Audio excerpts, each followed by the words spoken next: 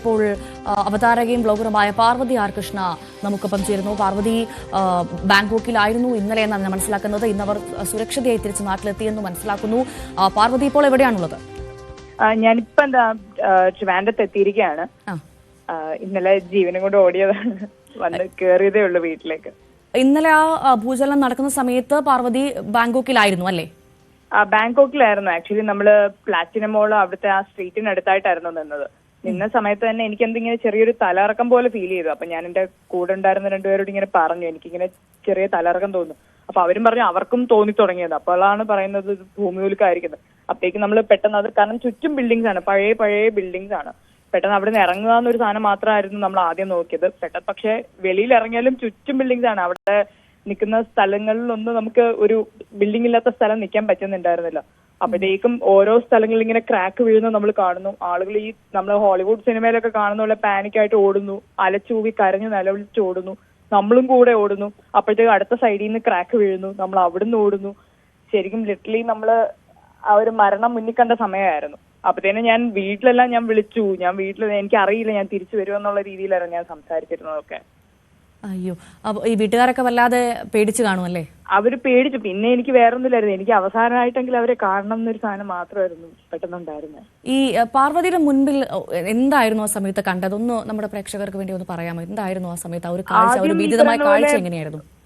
ഒരു 10 to 15 seconds വരെ ഞങ്ങൾക്ക് ആദ്യത്തെ ഒരു ഭൂമികുലുക്കം ഫീൽ ചെയ്തിട്ടുണ്ട്. അതും നമ്മൾ സാധാരണ പോലെയല്ല, ശരിക്കും നമ്മൾ നല്ലപോലെ ഷെയ്ക്ക് ചെയ്യുന്നുണ്ടായിരുന്നു. അപ്പോഴത്തേക്കും അവിടുത്തെ ഓരോ സാധനങ്ങൾ ചെറുതായിട്ട് ഇങ്ങനെ താഴെ വീഴുന്നു, ബിൽഡിങ്സിലൊക്കെ ക്രാക്ക് വീഴാൻ തുടങ്ങുന്നു. അപ്പം ഒരു സൈഡിൽ നിന്ന് നമ്മളിങ്ങനെ ഓടുമ്പോഴത്തേക്കായിരിക്കും അടുത്ത സൈഡിൽ നിന്നുള്ള ക്രാക്ക് എങ്ങനെയാണ് നമ്മൾ കാണുന്നത്.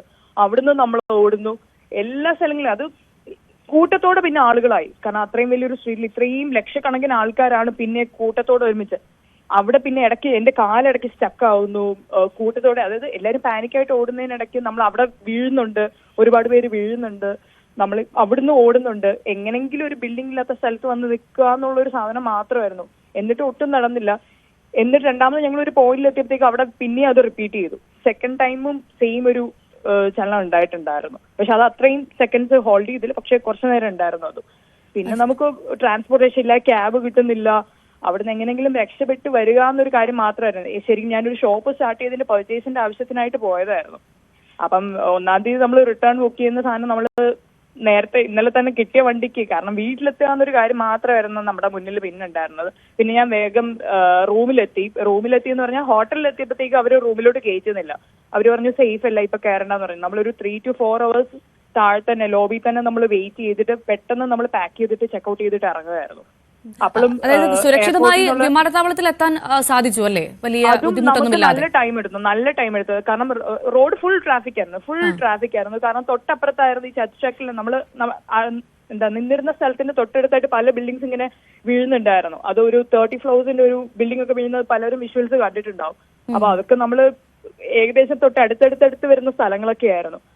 അപ്പൊ നമ്മളെല്ലാം അതുകൂടെ ആയപ്പോഴത്തേക്കും നമ്മൾ ഒന്നുകൂടെ പാനിക്കായി. പിന്നെ ഈ പറയണ പോലെ ട്രാഫിക്, നമുക്ക് വണ്ടി കിട്ടുന്നില്ല. മെയിൻ സോഴ്സ് എന്ന് പറഞ്ഞാൽ വേറൊരു സ്ഥലത്ത് നിന്നിട്ട് നമുക്ക് വണ്ടി കിട്ടാത്തൊരവസ്ഥ എന്ന് പറയുന്നത് വല്ലാത്തൊരവസ്ഥയാണ്. നമ്മൾ ഇന്നലെ ഈ പറയുന്ന പോലെ എല്ലാം ലിറ്ററലി കണ്ടു. അവിടെ നിന്ന് പിന്നെ നമുക്ക് എയർപോർട്ടിലേക്ക് പോലുള്ള വണ്ടി പോലും, ക്യാബ് പോലും കിട്ടുന്നുണ്ടായിരുന്നില്ല.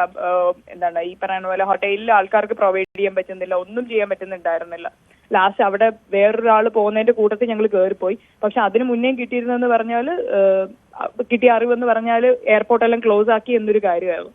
പിന്നെ നമ്മുടെ ആ എപ്പോഴോ വന്നൊരു പ്രതീക്ഷ അവിടെയും വിട്ടുപോയി, തീർന്നു ഒരു വിചാരത്തിൽ തന്നെയായിരുന്നു. പിന്നെ എങ്ങനെയോ കിട്ടിയ ഫ്ലൈറ്റ്, ഞങ്ങൾ connection flight Bangalore to Trivandrum ഇപ്പൊ ഇന്നെടുത്തതാ. ഞാൻ വീട്ടിൽ വന്ന് കയറിയതുള്ളൂ, കാലെടുത്ത് വെച്ചതേ ഉണ്ടായിരുന്നുള്ളൂ. വീട്ടുകാർക്ക് വല്ലാത്തൊരു ആശ്വാസമായിരിക്കും അല്ലേ, പറഞ്ഞറിയിക്കാൻ സാധിക്കും. എനിക്ക് വന്ന് എന്റെ ഹസ്ബൻഡിനെയും കുഞ്ഞിനെയും ഒന്ന് കെട്ടിപ്പിടിച്ചൊരു ഉമ്മ കൊടുത്തപ്പോഴാണ് സത്യം പറഞ്ഞ സമാധാനമായി. കാണുമെന്ന് പോലും നമ്മൾ വിചാരിച്ചിരുന്നില്ല. ഈ പാർവതി, ഈ ബാങ്കോക്കും പട്ടാലയൊക്കെ മലയാളികൾ ഏറ്റവും കൂടുതൽ തിരഞ്ഞെടുക്കുന്ന ഒരു വിനോദസഞ്ചാര കേന്ദ്രമാണ്. അപ്പോൾ ഒരുപാട് മലയാളികൾ അങ്ങോട്ട് പോയിട്ടുണ്ടാവും. ആരെങ്കിലും പാർവതിയെ ബന്ധപ്പെട്ടിരുന്നോ? ആരെങ്കിലും അവിടെ കുടുങ്ങി കിടക്കുന്നതായിട്ട് അറിഞ്ഞിട്ടുണ്ടോ? അങ്ങനെ എന്തെങ്കിലും വിവരങ്ങൾ പാർവതിക്ക് അറിയാമോ? ഇല്ല, എന്നോട് ഒരുപാട്, അതായത് ഇപ്പൊ ഈ എക്സാം ഒക്കെ ആയതുകൊണ്ട് ഒരുപാട് ആൾക്കാർ ഈ പറയുന്ന പോലെ 31 മാർച്ചൊക്കെ പോവാനിരിക്കുന്നവരാണ്. അപ്പം അവരോടൊക്കെ ഞാൻ പേഴ്സണലി പറഞ്ഞു, നിങ്ങൾ എന്തായാലും നോക്കിയും കണ്ടിട്ടും ചെയ്താൽ മതി. കാരണം എന്റെ അറിവിൽ ഞാൻ പിന്നെ അറിഞ്ഞെന്ന് പറഞ്ഞു, ഞങ്ങൾ കയറി കഴിഞ്ഞിട്ട് വീണ്ടും അവിടെ ലോക്ക്ഡൌൺ പോലെ ആക്കി. ഈ പറയുന്ന പോലെ എയർപോർട്ടൊക്കെ ക്ലോസ് ചെയ്തു എന്നാണ് അറിഞ്ഞത്. കൊച്ചി ഫ്ലൈറ്റ് ഒക്കെ ഒരുപാട് ക്യാൻസൽ ചെയ്തിട്ടുണ്ടായിരുന്നു. നമ്മൾ ആദ്യം കൊച്ചി ഡയറക്ട് ഫ്ലൈറ്റ് എടുക്കാമെന്നായിരുന്നു വരുന്നത്, പക്ഷെ അതൊക്കെ ക്യാൻസൽ ചെയ്തിരുന്നു. ഒരുപാട് ഫ്ലൈറ്റ്സ് അവർ ക്യാൻസൽ ചെയ്തിട്ടുണ്ടായിരുന്നു. ഇനിയും പുതിയ ആൾക്കാരെ അങ്ങോട്ട് അവര് എടുക്കുന്നില്ല എന്നൊക്കെ ഇങ്ങനെ പറയുന്നുണ്ടായിരുന്നു. സോ എന്തായാലും നോക്കി കണ്ട് മാത്രം ചെയ്യുക. കുറച്ച് ഗ്യാപ്പ് എടുത്തിട്ടാണെങ്കിലും പോകുന്നതായിരിക്കും നല്ലതെന്നേ ഞാൻ പറയത്തുള്ളൂ, ഇപ്പൊ ഇനി പോകാനുള്ളവരാണെങ്കിൽ.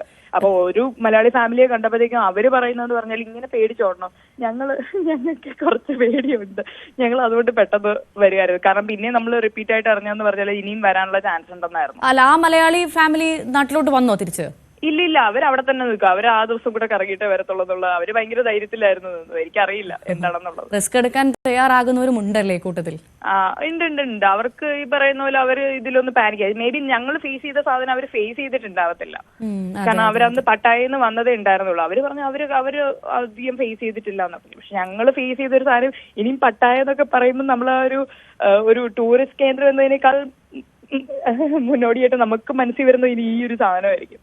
അപ്പൊ ഇനി പോകുന്ന സമയത്തൊക്കെ നമ്മൾ ഇനി രണ്ടാമത് ചിന്തിക്കാനുള്ള ഒരു ചാൻസ് കൂടുതലായിരിക്കും. അതാണ് നമ്മൾ പ്രേക്ഷകരെ കാണിച്ചുകൊണ്ടിരിക്കുന്നുണ്ട്. അത്രമാത്രം ഭീതിതമായ ദൃശ്യങ്ങളാണ്. കാരണം ഒരു വലിയ ബിൽഡിംഗ് ഒക്കെ മൂടോടെ താഴോട്ട് പോകുന്ന ഒരു കാഴ്ച. കാരണം അത് മാത്രമല്ല പാർവതി, മരണം ഇങ്ങനെ കൂടിക്കൊണ്ടിരിക്കുകയാണ്. ഇപ്പോൾ ഞാൻ ഈ റിപ്പോർട്ട് വായിക്കുന്ന സമയത്ത് 200-ലധികം ആളുകൾ മരണപ്പെട്ടിരിക്കുകയാണ്. വല്ലാത്ത വേദനിപ്പിക്കുന്ന, ഒട്ടും ശുഭകരമല്ലാത്ത റിപ്പോർട്ടുകളാണ് ഓരോ നിമിഷവും മ്യാൻമറിൽ നിന്ന് വന്നുകൊണ്ടിരിക്കുന്നത്. അതെ. അത് മാത്രമല്ല, ഞങ്ങൾ ആ ഓടിയ സ്ഥലത്തും ഈ പറയുന്ന പോലെ ആളുകൾ പാനിക്കായിട്ട് വീഴുന്നുണ്ട്. കാരണം അവിടെ എന്തും സംഭവിക്കാവുന്ന ഒരു അവസ്ഥയായിരുന്നു. ഈ ആനയൊക്കെ ഇടഞ്ഞിട്ട് ആളുകൾ ഓടിയിട്ട് വീണ് മരിക്കില്ലേ, അതുമാതിരിയായിരുന്നു എല്ലാരും റോഡിൽ ഓടിക്കുന്നത്. ഫുൾ നല്ല ഞാനൊരു വീഡിയോ ഇട്ടിട്ടുണ്ടായിരുന്നു. അതിൽ തന്നെ ഒരു ചെറിയ, അതും ആ വിഷ്വല് കിട്ടിയെന്ന് പറഞ്ഞാൽ തന്നെ എന്തെങ്കിലും ഈ ക്ലൗഡിലെങ്കിലും ആ വീഡിയോ കിടക്കുമല്ലോ, എന്തായിരുന്നു ഞങ്ങളുടെ അവസ്ഥയെന്ന് അറിയാൻ വേണ്ടിയിട്ടായിരുന്നു മെയിനായിട്ട് ആ വീഡിയോ എടുത്തിരുന്നത്. എന്തായാലും സുരക്ഷിതയായി തിരിച്ചെത്തിയല്ലോ, വലിയ ആശ്വാസം, സന്തോഷം. അതെ, തീർച്ചയായിട്ടും. അപ്പൊ എന്തായാലും വളരെ നന്ദി പാർവതി, ഞങ്ങൾക്കൊപ്പം സഹകരിച്ചതിന്. അവിടുത്തെ എന്തായിരുന്നു ബാങ്കോക്കിൽ കണ്ട കാഴ്ച, വേദനിപ്പിക്കുന്ന കാഴ്ച, ഞെട്ടിപ്പിക്കുന്ന കാഴ്ച എന്താണെന്ന് വ്യക്തമാക്കി തന്നത് പാർവതി ആർ കൃഷ്ണയാണ്. അവതാരകയും ബ്ലോഗറുമാണ് പാർവതി. വളരെ നന്ദി.